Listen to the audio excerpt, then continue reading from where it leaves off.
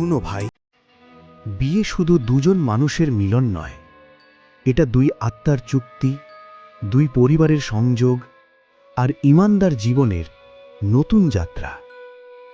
তাই পাত্রী খুঁজতে গেলে শুধু চোখে দেখে সিদ্ধান্ত নিও না, হৃদয় আর ঈমান দিয়ে বিচার করো। মানুষ বলে রূপ দেখে বিয়ে করো, কিন্তু ইসলাম বলে দিন দেখে বিয়ে করো, তাহলেই প্রকৃত সুখ পাবে।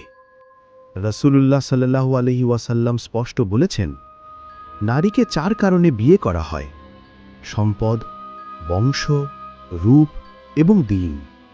কিন্তু তুমি দিনওয়ালিকে অগ্রাধিকার দাও, তাতেই হবে কল্যাণ। তুমি কি এমন স্ত্রী চাও যে সাজগোজ করে মানুষের মন জয় করবে, নাকি এমন স্ত্রী যে পর্দা করে আল্লাহর সন্তুষ্টি অর্জন করবে? তুমি কি এমন স্ত্রী চাও যে ক্ষণে ক্ষণে রাগ ঝাড়বে, নাকি এমন স্ত্রী যে শান্ত ভাষায় সব ঝড় থামিয়ে দেবে? ভাই, মনে রাখো, রূপ একদিন ফিকে হয়ে যাবে, কিন্তু চরিত্রের সৌন্দর্য কখনো নষ্ট হবে না। শরীরের সৌন্দর্য দুনিয়ার জন্য, কিন্তু আত্মার সৌন্দর্য জান্নাতের জন্য। তাই এমন একজনকে খুঁজো যে মা বাবাকে সম্মান করে, যে স্বামীর প্রতি অনুগত থাকে, যে সংসারকে কাজ মনে করে না, ইবাদত মনে করে।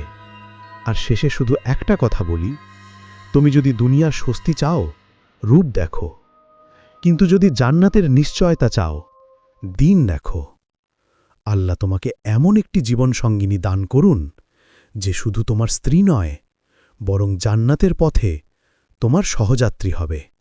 আমিন।